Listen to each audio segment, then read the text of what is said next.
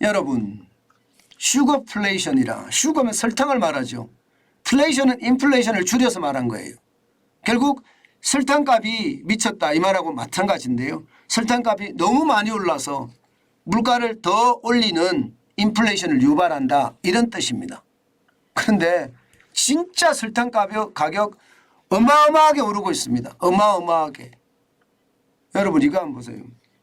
예, 지금 런던 국제 금융선물거래소에서 말입니다. 설탕이 거래가 되는데 톤당 702달러입니다. 702달러. 이게 지난 4월 12일에 702달러였어요. 702달러니까 여러분 보세요. 야, 그래프가 장난 아니죠? 이게 여러분 2019년에서 이게 설탕 가격이 톤당 300달러 밑으로도 내려간 적이 있거든요. 300달러. 뭐 300달러를 살짝 넘어갔어요. 그렇게 넘어간 적이 있는데 지금 보시다시피 702달러니까 차이가 얼마일까요? 100%가 훨씬 넘잖아요. 그죠? 100%가. 톤당 300달러가 702달러가 됐으니까 폭등이라고 해도 이게 틀린 말이 아닙니다. 2011년 이후에 12년 만에 넉 달 새에 30% 폭등했대요.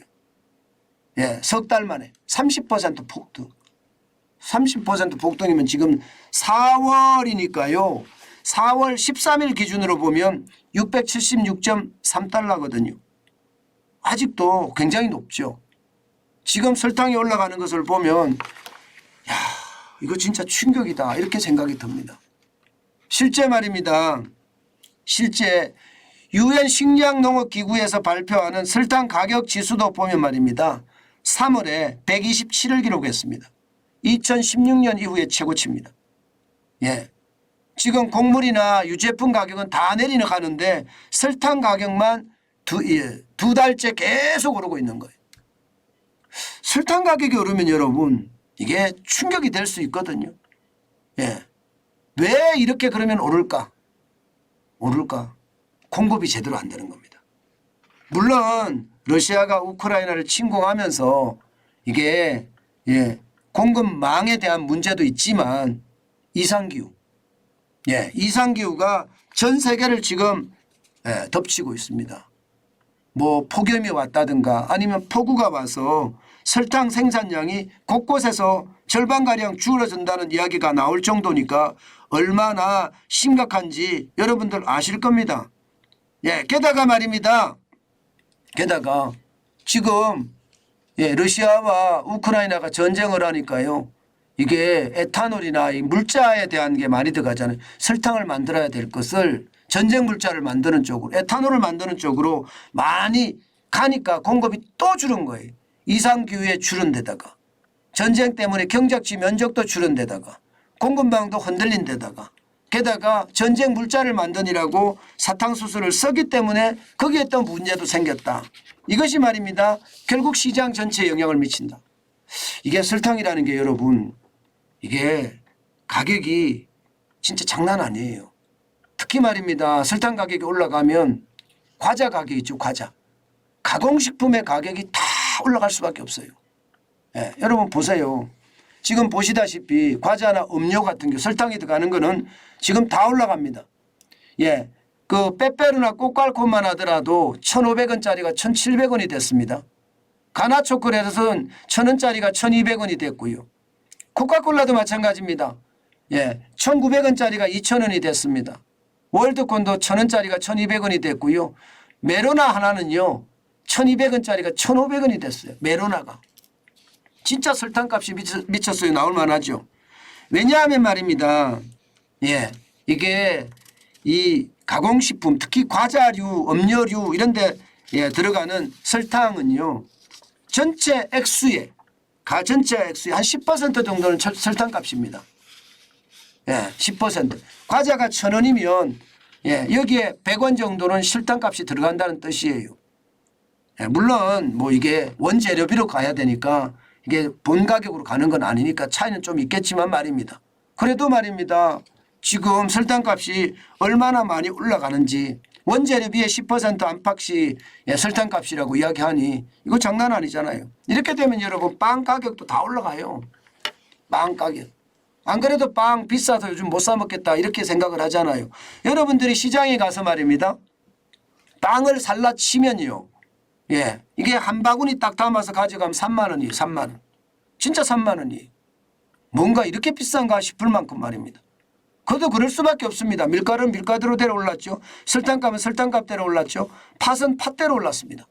그러니 인건비까지 오르는 걸 감안해 보면 가게수를 포함해 보세요. 결국은 빵 가격이 폭등한다는 이야기가 틀린 말이 아니에요. 문제는 여러분, 문제는 이 가공식품들이잖아요. 가공식품들의 가격이 올라가는 게 이게 문제예요.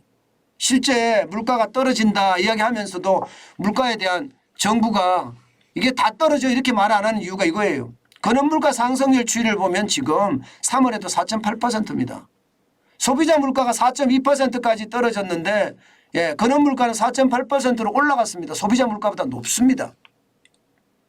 일반적으로 소비자 물가는 계절성이 강한 거 있잖아요. 계절성이 강한 게 농산물이나 수산물 이런 거죠.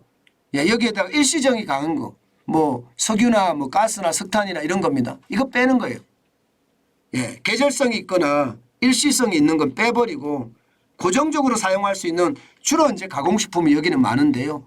예, 가공식품의 가격이 지금 굉장히 빠른 속도로 올라가고 있다는 뜻이에요. 예, 2023년 1월이 5%로 최고치잖아요. 그런데 아직도 2022년 11월에도 4.8%고요. 12월에도 4.8%, 올 2월에도 4.8%, 3월에도 4.8%. 쉽게 말하면 물가가 안 떨어진다는 이야기예요. 소비자 물가는 떨어지는데 소비자 물가가 떨어지는 게 이제 유가가 떨어지니까 떨어져 보이는 거죠. 예. 게다가 요즘 이제 겨울이 지나가고 나니까 농산물 가격이 좀 떨어졌어요. 그러니까 떨어지는 거예요.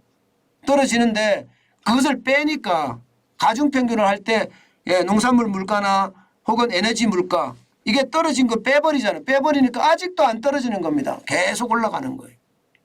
결국 말입니다.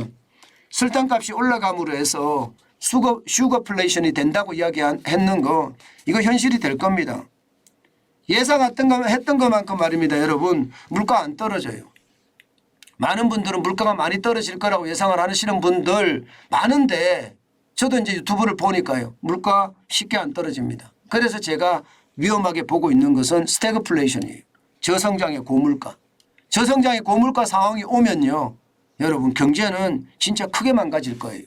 그런데 그렇게 될 가능성 굉장히 크고요. 저는 현재가 이미 스태그플레이션 초입 단계라고 생각을 합니다.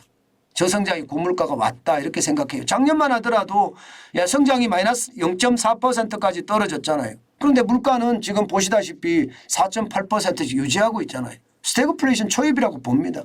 올 1분기도 마찬가지 올 1분기도 성장률이 아직까지 나오지는 않았지만 현재까지 예상하는 것은 뭐 플러스라고 하더라도 0점대 성장이거든요. 그런데 물가는 지금 4.8%까지 올라갔으니 이거 뭐 스태그플레이션이 진행되고 있다 이 말이 거짓이 아닌 거죠. 참 이런 것을 보면 말입니다. 우리는 물가 고통이 굉장히 오랫동안 갈 거다. 그 생각 지워버릴 수가 없습니다.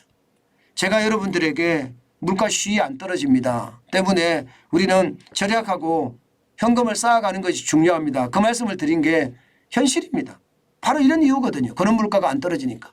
그런 물가가 떨어져야 되는데 그런 물가가 안 떨어지니까 앞으로도 한참 동안은 이게 쉽지 않을 겁니다. 그렇기 때문에 이자도 그러면 안 떨어집니다. 이자율을 떨어뜨리고 싶으나 물가가 올라가는 거 어떻게 하려고요. 감당 못 하겠죠. 그렇기 때문에 아마 쉽지 않다. 그래서 이자 앞에 장사 없다. 여기까지 연결이 되고요. 그러면 이자 앞에 장사 없다는 결국 경기 침체인데 경기 침체 상황도 벌어질 수밖에 없다. 이렇게 이야기할 수가 있는 겁니다.